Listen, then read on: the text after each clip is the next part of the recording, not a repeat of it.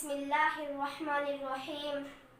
محترم صدر صاحب و معزز حاضرین، السلام علیکم ورحمۃ اللہ وبرکاتہ. ملک چین کے شہر ووہان سے نکلنے والا کورونا، جس نے لاکھوں لوگوں کو اپنے مضبوط جبڑوں میں کس کر موت کے گھاٹ اتار دیا، اور جس نے اس چمکتی دمکتی دنیا کو بے رونق اور اس دنیا کی چہل پہل کو تہس نہس کر کے لوگوں کو گھروں میں رہنے پر مجبور کر دیا. اس کورونا نے کتنی ہی عورتوں کے سہاگ اجاڑے، کتنے ہی بچوں کو یتیمی کا درد دیا، ان گنت والدین کے کندھوں کو بیٹے کا جنازہ اٹھانے پر مجبور کر دیا. اور سچ تو یہ ہے کہ یہ کورونا آج بھی منہ پھاڑے اپنے لقموں کی تلاش میں ساری دنیا میں دندناتا پھر رہا ہے.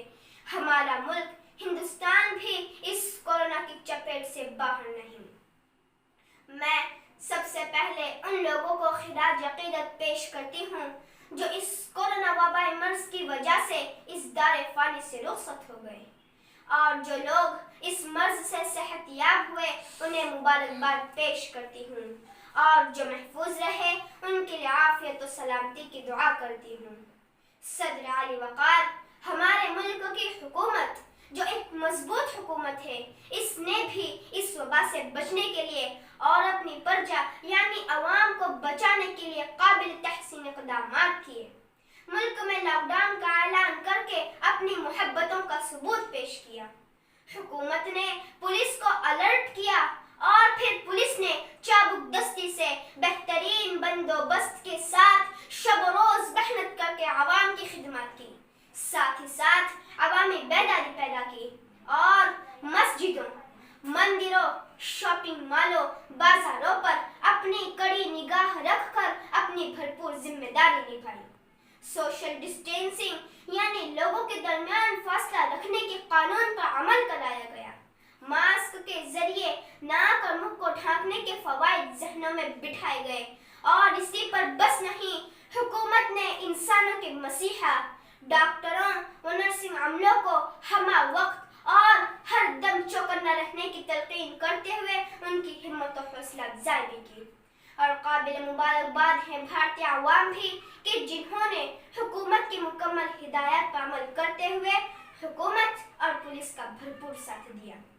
مگر میں معافی چاہتے ہوئے یہ بھی کہنا چاہتی ہوں کہ کچھ ایسے بھی سرپھرے تھے جنہوں نے حکومت کے قوانین کا مذاق اڑا کر غیر سنجیدگی کا مظاہرہ کیا.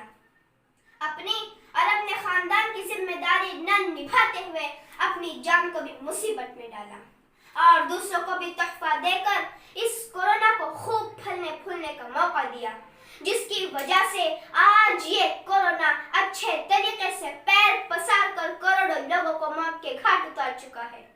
ہماری اور ہماری حکومت کی تمام تر منصوبہ بندی کا مذاق اڑا رہا ہے، اور اب یہ کورونا نامی اژدہا جسے چاہتا ہے ڈس جاتا ہے.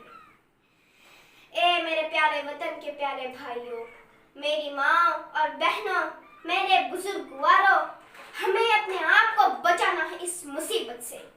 ڈٹ کر مقابلہ کرنا ہے اس کورونا کا، مار بھگا دینا ہے اس ظالم کو، جڑ سے اکھاڑ پھینک دینا ہے اس خبیث کو.